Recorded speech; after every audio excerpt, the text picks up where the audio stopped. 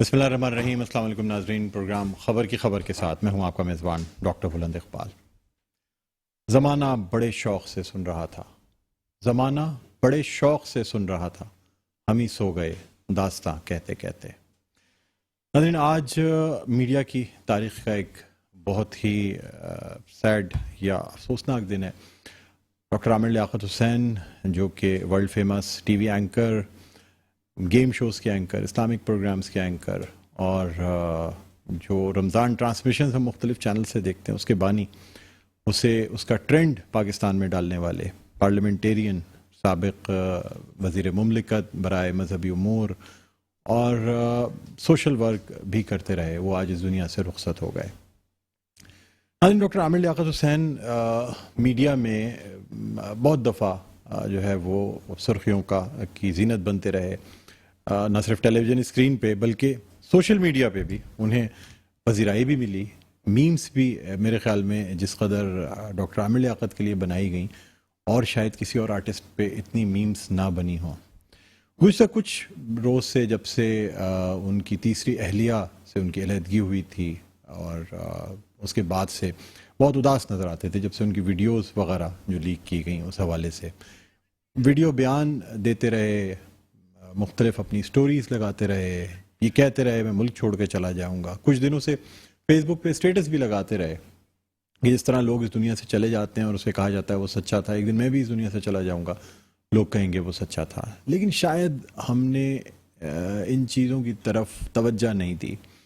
हमने भी उनके साथ वही सलूक किया जो दुनिया में बड़े बड़े आर्टिस्टों के साथ होता है, बड़े बड़े लोगों के साथ होता है। शायद हमने उन्हें तन्हा छोड़ दिया। अगर हम में से कोई शख्स, उनका कोई दोस्त, उनका कोई साथी, उनका कोई रिश्तेदार उनका साथ देता तो शायद नतीजा ये ना होता।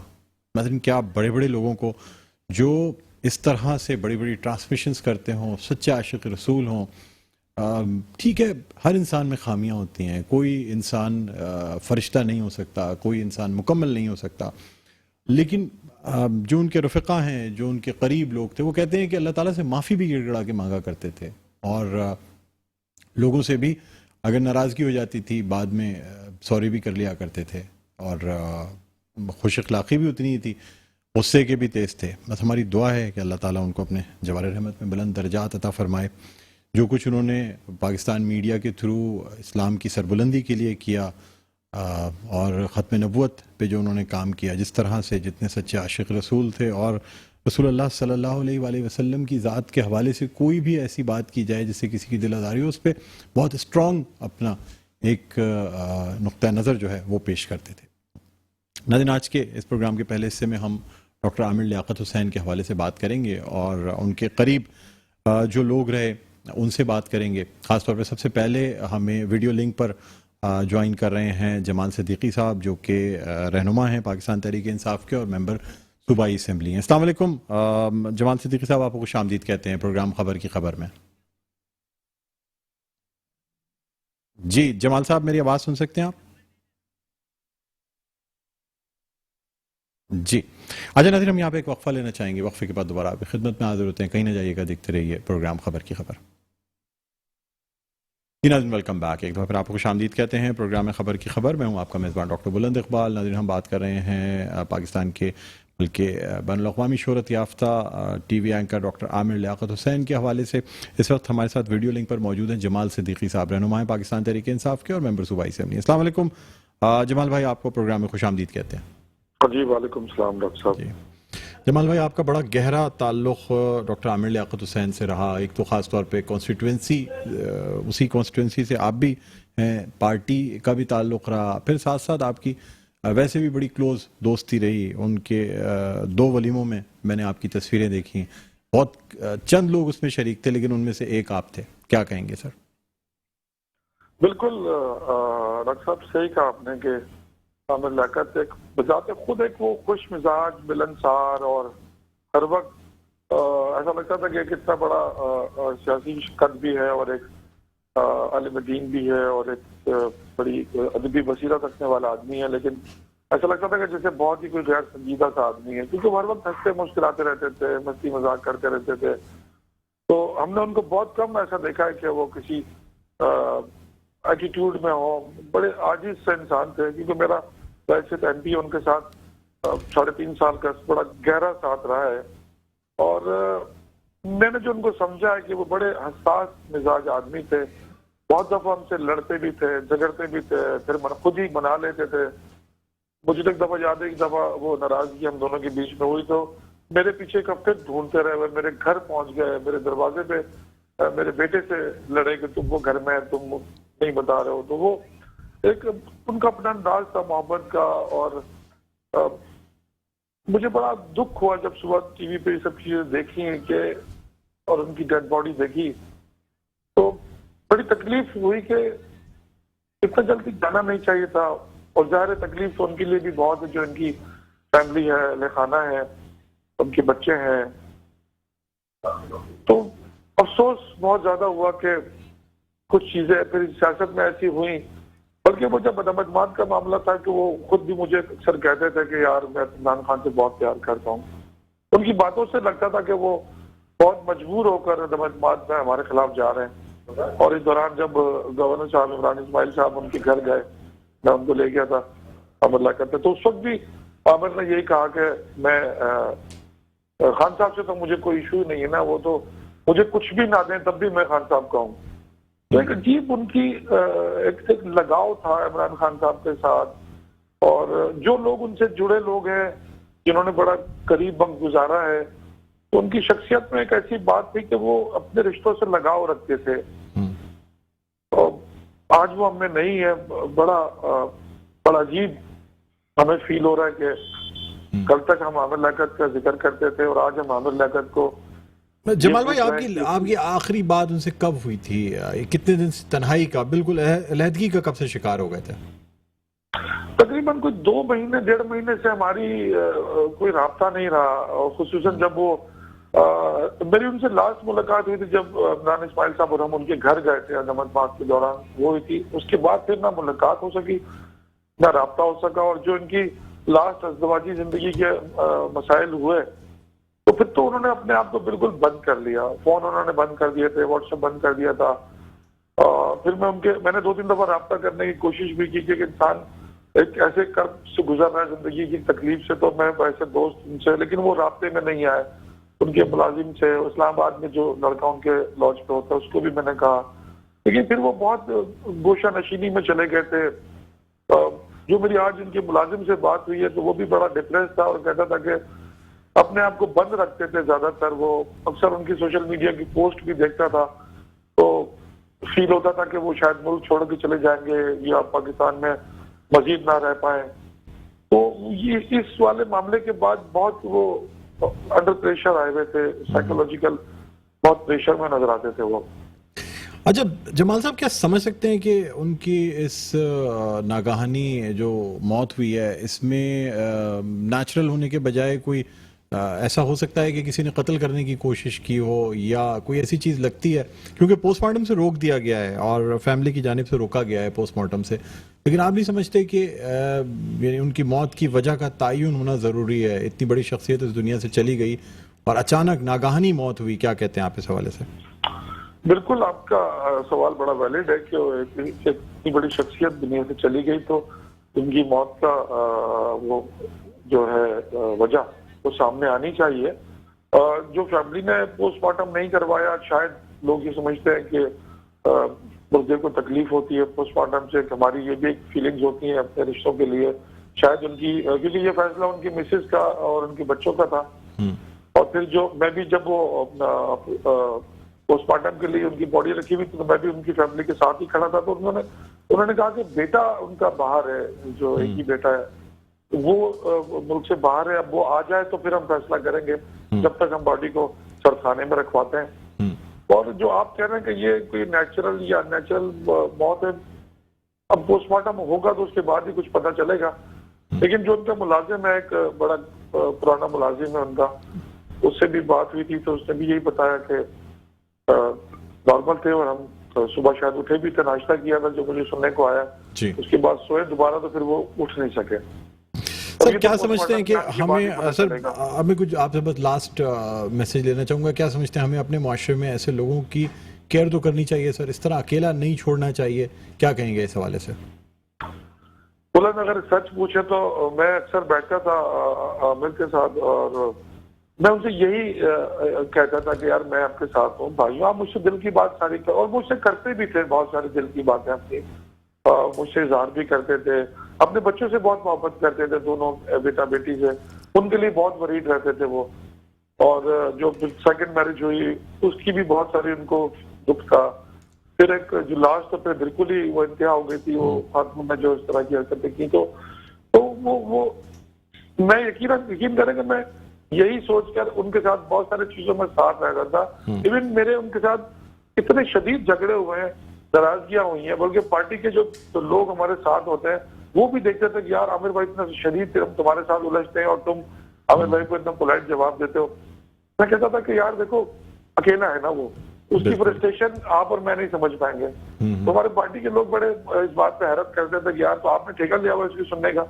میں نے کہا میرا سیاسی ساتھ ہے اور ایک تعلق ہے, ایک دوستانہ ہے, کوئی نہیں, تھوڑی دیر کے لیے غصہ ہوتا ہے وہ, اور اس کے بعد پھر نارمل جاتا تھا. اس کے بعد پھر خود ہی فون کرتا تھا, کہاں چلا گیا تو, کدھر چلا گیا, میں نے کھانا منگوایا. تو ایسے موقع پہ ساتھ دینا چاہیے تھا. جو وہ تنہا زندگی جی رہے تھے تو بہت سارے لوگوں نے اس میں ساتھ نہیں بھی دیا, اور جس کی بس میں تھا اس نے دیا بھی, لیکن آج وہ ہم نے نہیں ہے. بالکل انہیں ہونا چاہیے تھا کیونکہ ان کی وہ عمر نہیں تھی, ابھی 51 سال ان کی عمر تھی, اور ایسی کوئی مولک بیماری بھی ان کو لاحق نہیں تھی جس کے بعد ہم سمجھیں گے اسے بیماری سے لڑ نہیں سکا ہو. لوگ تو کینسر سے بھی ریکور ہو جاتے ہیں. پر مجھے لگتا ہے کہ عامر کو اس کی تنہائی لے گئے اپنے ساتھ. بالکل صحیح فرمایا آپ نے. دیکھیں ویسے تو موت برحق ہے, ایک نہ ایک دن سب کو جانا ہے, لیکن اس طریقے سے شاید جس طرح سے وہ اپنی ویڈیوز میں کہتے رہے اس طرح شاید اگر کچھ لوگ ساتھ دیتے, اس طریقے سے ان کا تمسخر نہ اڑایا جا رہا ہوتا تو شاید ہمیں اتنا دکھ نہیں ہوتا جتنا آج ہے. بہرحال بہت بہت شکریہ جمال بھائی, آپ نے پروگرام کے لیے وقت نکالا. ناظرین, اور بہت سے ایسے لوگ جو کہ ڈاکٹر عامر لیاقت حسین کے ساتھ بڑے قریب رہے, جن میں علامہ کوکب نورانی صاحب, میری بھی ان سے بڑی اچھی بات چیت ہے, میرے استادوں میں سے ہیں علامہ کوکب نورانی صاحب, وہ بھی بڑے قریب سے ڈاکٹر عامر لیاقت حسین کو جانتے تھے. ایک طویل عرصے تک ان کے ساتھ رہنا, ان کی ٹرانسمیشنز کا حصہ بننا, بلکہ ایک دفعہ علامہ صاحب خود کیک اور گلدستہ لے کے ڈاکٹر عامر لیاقت حسین کے پاس ان کی سالگرہ پہ پہنچے اور انہیں سالگرہ کی مبارکباد دی, اور مختلف موضوعات پہ, مختلف مسائل پہ علامہ کوکب نورانی صاحب جو ہیں وہ ڈاکٹر عامر لیاقت کو سمجھایا بھی کرتے تھے. مجھ سے بھی اکثر بات چیت ان کی رہتی تھی اس حوالے سے, ڈاکٹر عامر لیاقت حسین کے حوالے سے. کبھی ناراضگی بھی رہی, کبھی بہت اچھے تعلقات بھی رہے, لیکن ڈاکٹر صاحب بھی جس چینل پہ جاتے تھے وہاں علامہ کوکب نورانی اکاڑوی صاحب کو بھی ساتھ اپنے رکھتے تھے, ایز ایکسپرٹ رکھتے تھے, ایز اے اسکالر رکھتے تھے. ان سے بھی ہم رابطہ کریں گے. اس کے علاوہ یہ بھی دیکھنا ہوگا کہ کیا ہمارے اتنی بڑی جو سیلیبریٹیز ہوتی ہیں جو ٹراما سے گزرتی ہیں, جب ان کی کوئی ویڈیو لیک ہو جاتی ہے, ان کا تمسخر اڑایا جاتا ہے یا ان پہ میمز بنائی جاتی ہیں, تو کیا ان کے کیا جذبات ہوتے ہیں. اس حوالے سے ہم فلم اسٹار میرا جو ہیں, فلم اسٹار میرا, ان سے بھی بات کریں گے اور ان سے بھی ہم جانیں گے کہ وہ کیا تاثرات رکھتی ہیں اس واقعے کے حوالے سے. اور اب ناظرین اس وقت ہم رابطہ قائم کرنے کی کوشش کر رہے ہیں علامہ کوکب نورانی اکاڑوی صاحب سے, جن سے ہم بات کرنا چاہیں گے ڈاکٹر عامر لیاقت حسین کے حوالے سے. جی السلام علیکم علامہ صاحب, میری آواز سن سکتے ہیں آپ؟ جی اچھا, علامہ صاحب سے بھی ہم رابطہ کریں گے ناظرین, لیکن یہاں ایک وقفہ لینا چاہیں گے. وقفے کے بعد دوبارہ آپ کی خدمت میں حاضر ہوتے ہیں. کہیں نہ جائے گا, دیکھتے رہیے پروگرام خبر کی خبر. جی ناظرین, ویلکم بیک. ایک دفعہ پھر آپ کو خوش آمدید کہتے ہیں پروگرام خبر کی خبر. میں ہوں آپ کا میزبان ڈاکٹر بلند اقبال. اور ناظرین, آج ہم بات کر رہے ہیں ڈاکٹر عامر لیاقت حسین کے حوالے سے, جن کی ناگہانی موت کی وجہ سے تمام لوگ ہی سوگوار بھی ہیں, دکھ میں نظر آتے ہیں. ہم بات کرنا چاہیں گے اس وقت علامہ کوکب نورانی صاحب سے. السلام علیکم علامہ صاحب, آپ کو خوش آمدید کہتے ہیں پروگرام میں. جی وعلیکم السلام, بہت شکریہ. علامہ صاحب, آپ کا بڑا گہرا تعلق, بڑا دیرینہ تعلق ڈاکٹر عامر لیاقت حسین سے رہا. مختلف ٹی وی چینلز پہ آپ ساتھ رہے. پھر مجھے یاد ہے ایک دفعہ, حالانکہ کچھ ناراضگی بھی تھی آپ کی, لیکن پھر بھی آپ گلدستہ اور کیک لے کے ڈاکٹر عامر لیاقت حسین کی سالگرہ پہ گئے, انہیں سرپرائز دیا. کیا کہنا چاہیں گے سر ڈاکٹر صاحب کے حوالے سے؟ جی بسم اللہ والحمد للہ والصلاۃ والسلام علی رسول اللہ. بھائی دنیا ہے، قدرت کا قانون ہے کہ جو بھی آئے انہوں نے بہرحال اپنا وقت پورا کر کے ہر ایک نے جانا ہے. وہ اس طرح چلا گیا ہے، افسوس ہے، اللہ معاف کرے. اختلافات کے باوجود یہ کہیں گے کہ وہ بڑا باصلاحیت نوجوان تھا، اور اس نے جو مختلف چینلز پہ دین کے حوالے سے، ملک کے حوالے سے جو کچھ کیا، خوبیاں بھی ہیں، کچھ اس میں خامیاں بھی ہیں. ایمانی غلطی ہوتی ہے تو وہ تو اللہ تعالیٰ ہی معاف کرنے والا ہے. باقی جو تھوڑی بہت اس میں تھیں، یعنی کبھی زبان کا ایسا استعمال کہ لگتا تھا پھول جڑ رہے ہیں، اور کبھی اس میں شدت ہوتی تھی، معیار سے ہٹ جاتے تھے. لیکن یہ کہ وہ ایک یادوں کا ہجوم ہے. میرا تقریباً گزشتہ 5 برس سے کوئی رابطہ نہیں تھا. ایک آخری فون ان کا آیا تھا، وہ بھی صرف میسج کے جی میرا یہ نمبر ہے، نیا نوٹ کر لیجئے، بس اتنا پیغام. وہ جیو سے جس طرح عالم آن لائن شروع ہوا، اور پھر اس کے بعد رمضان ٹرانسمیشن کی ایک نئی جہت جس میں خوبیاں بھی تھیں اور کچھ کمزوریاں بھی تھیں، پھر انعام گھر اور دوسرے سلسلے، انہوں نے اپنا جو بھی وقت گزارا، قطرے سے دریا بنے، شہرت کی بلندیوں کو چھوا. لیکن یہ کہ وہ اپنے مزاج اور زبان کی وجہ سے ان چیزوں پر قابو نہ رکھ سکے. ان کی دوسری اور پھر سوشل میڈیا آپ کو پتا ہے جب کردار کشی پہ اترتا ہے تو کیا حال کرتا ہے. لیکن افسوس ہے، بہرحال وہ ایک بہت ٹیلنٹڈ، کریٹو، شارپ، انٹیلیجنٹ شخص تھا. جو بھی اس نے اچھی اچھائیاں کی ہیں وہ بھی اس کی، اور اس کی دوسری کمزوریاں بھی. وہ علامہ صاحب، آپ سے ڈاکٹر صاحب اکثر مسائل پہ بات بھی کیا کرتے تھے، اور آپ سے جو ہے وہ رہنمائی بھی لیا کرتے تھے. یہ حالیہ جو مسائل ہوئے تھے، اس میں کبھی آپ سے رہنمائی لی یا آپ نے رابطہ کیا ڈاکٹر عامر لیاقت حسین سے کہ ان مسائل سے ان کو نکالا جائے؟ ڈاکٹر بلند اقبال صاحب، میں نے ابھی عرض کیا نا کہ گزشتہ 5 برس سے کوئی رابطہ نہیں. بول کی رمضان ٹرانسمیشن جو آخری ہوئی تھی اس میں تھوڑا سا کچھ ایسی چپکلش ہو گئی تھی، تو اس کے بعد میرے اور ان کے رابطے نہیں رہے تھے. اس سے پہلے تک یہ تھا کہ وہ اتنی اہمیت دیتے تھے کہ میں اگر کوئی بات کہہ دیتا تھا تو وہ اس کو حرف آخر سمجھتے تھے. استاد کا بھی درجہ دیتے تھے، باپ کا بھی درجہ دیتے تھے وہ. لیکن یہ کہ یا تو ان کے کوئی مشیر غلط ہو گئے تھے یا مزاج میں کوئی ایسی بات آ گئی تھی. تو وہ گھریلو پریشانیاں جب پہلی شادی کے بارے میں ہوا کچھ، تو میں نے اس وقت ان کو کہا تھا، میں نے کہا یہ بہت بڑی غلطی ہوگی اور یہ آپ کے کریئر پہ بہت اثر انداز ہوگی.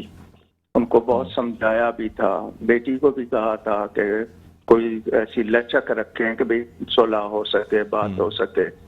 لیکن یہ کہ وہ جو جس طرح الجھتے گئے اپنے اس مزاج میں اور ماحول میں، اس کے بعد وہ جب میرا رابطہ ہی نہیں رہا.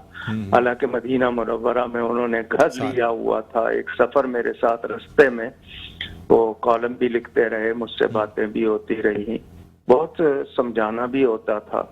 لیکن یہ کہ انسان ہے، خطا اور نسیان سے مرکب ہے.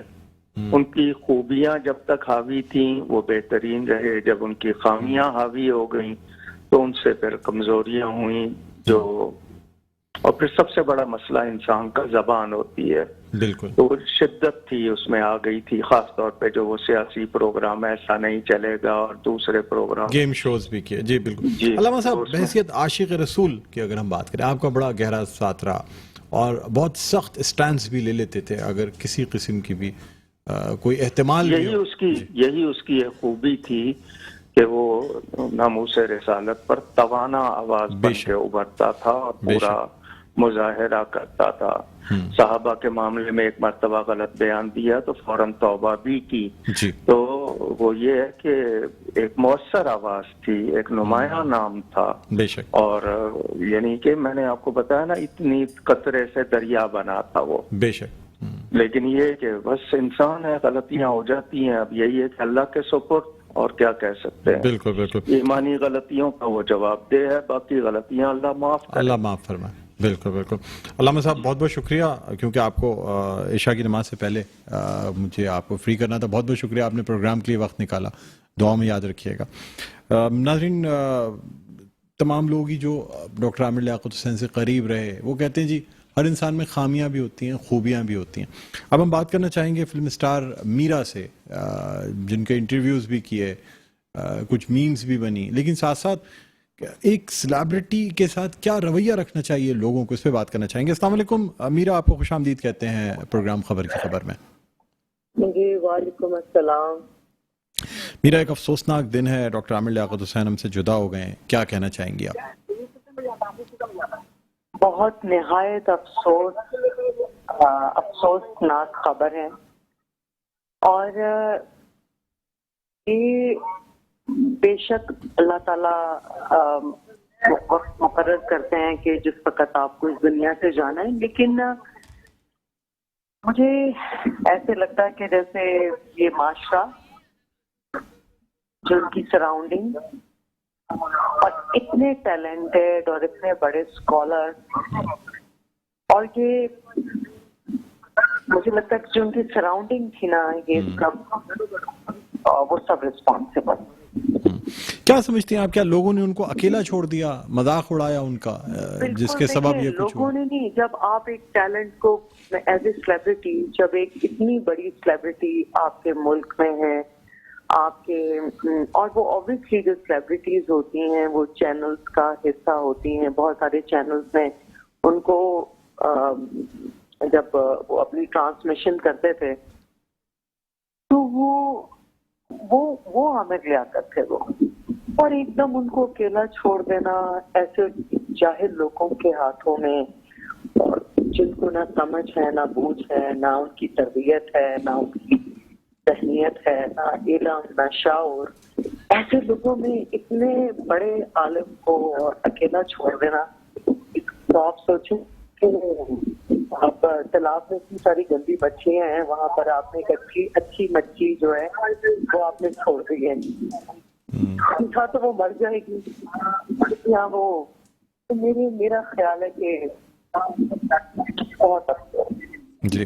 मीरा, क्या मैसेज क्या देना चाहेंगी लोगों को, देखने वालों को, टीवी चैनल्स वालों को, क्या कहना चाहेंगी, क्या करना चाहिए, ऐसी सेलिब्रिटीज के साथ क्या रवैया रखना चाहिए?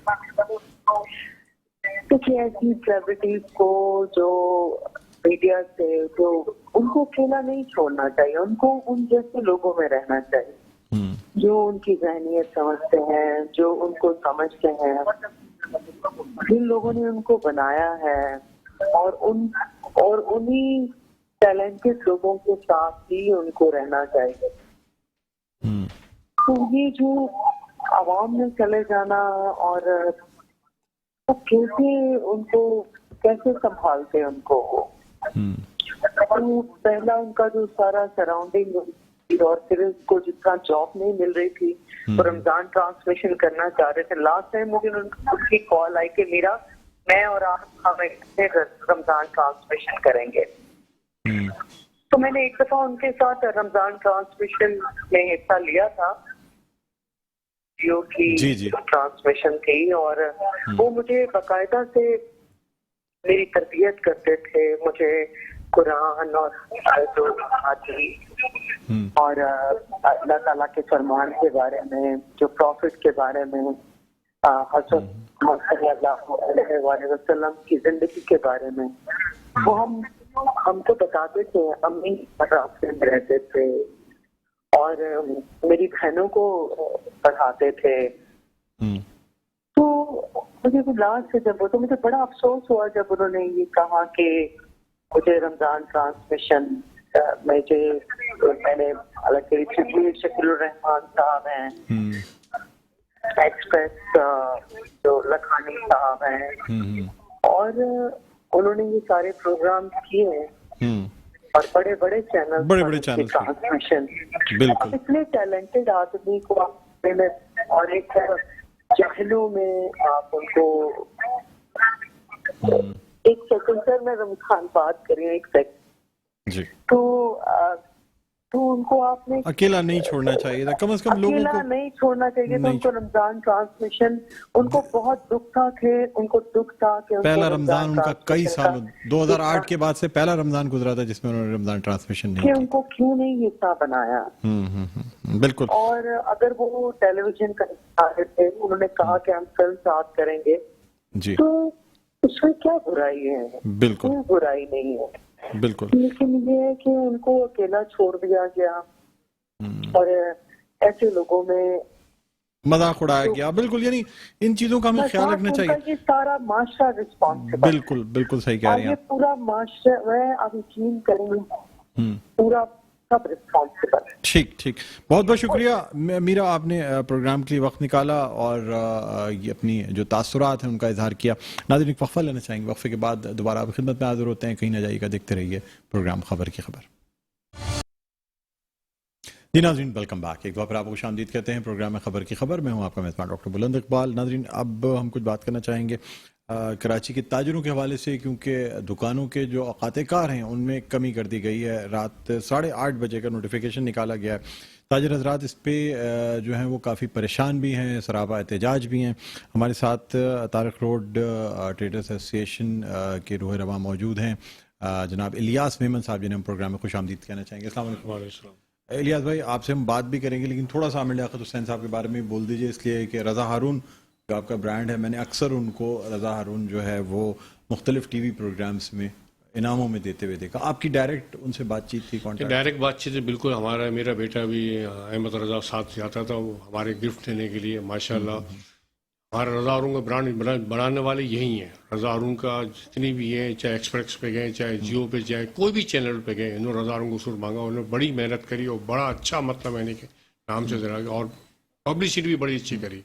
और कहीं भी जाते कहते रज़ा हारून का हमें सूट लाजमी चाहिए। रज़ा हारून जो हमारे ब्रांड है उसमें इन्होंने बड़ी मेहनत की, बड़ा, मतलब मैंने कामयाब भी हो गया था। और इसकी वजह से बहुत ज़्यादा हमें भी बहुत फ़ायदा हुआ इसके अंदर। ये इनकी मेहरबानी है। और बहुत अच्छे, उस वक्त तो बहुत अच्छे इखलाक, मोहब्बत से मिलना, बातचीत करना। यानी कि रिम प्लाजा में इनका प्रोग्राम होता था, बाकायदा वहीं पे जो ताजमहल होटल था उसमें पहले प्रोग्राम होता था, उसमें ही सब कुछ जाते थे, उसके अंदर मालूम होता था।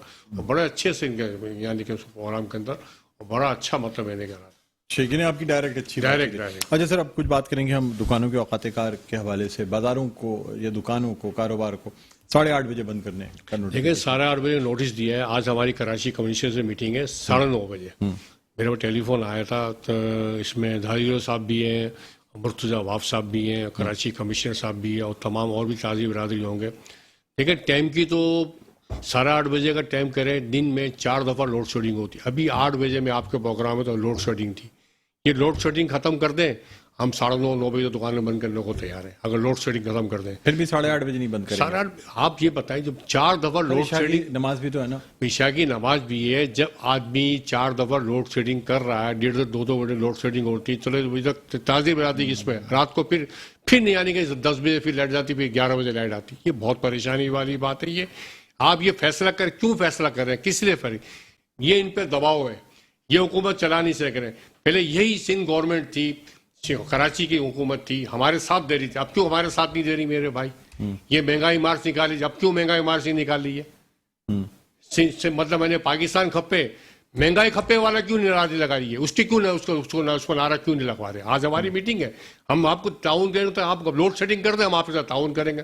अगर लोड से दुकानों को खोलने का औकात कार जल्दी नहीं किए जा सकते मेरे भाई, खोलने का बात, जब कोविड में चीजें काफी बेहतर हो गई थी, जल्दी दुकानें खुलती थी, जल्दी बंद होती थी। चीजें बेहतर हो गई थी। कोविड में हमारा साथ भी जाता, वफाक के साथ नहीं थे। सुबह अपनी कोविड में बताती थी, वफाक अपना ऐलान करती थी। वो अगर इस वक्त बंद करेंगे, वो इस वक्त बंद करेंगे। अब तो चलो हुकूमत ही इनकी पूरी है। कोविड में तो सिंध हुकूमत की तरफ से ज्यादा पाबंदियां थी, वफाक की तरफ से कम थी। ये बोलो पाबंदियां थी ना, वो वफाक को तो मानते नहीं थे ना। अब तो वफाक को मान रहे ना। अब तो यहाँ 13 आदमी 14 आदमी एक साथ है ना। अब तो एक साथ, मतलब मैंने कहा, अब तो अपोजिशन है ही नहीं ना। जो भी यही है, चाहे मुत्तहदा हो चाहे कोई भी हो। मुत्तहदा भी खामोश बैठी हुई ना, वो क्यों महंगाई के मार्च पे नहीं निकल रही? क्यों बिजली का मुत्तहदा कौमी मूवमेंट इस मसले पे आपके साथ है? दुकानों बिल्कुल नहीं। पहले तो 10 दफा मीटिंग में जा चुकी है। हम यहाँ पे बहादुराबाद मीटिंग में जा चुके, एक दफा भी मीटिंग नहीं बुलाई है।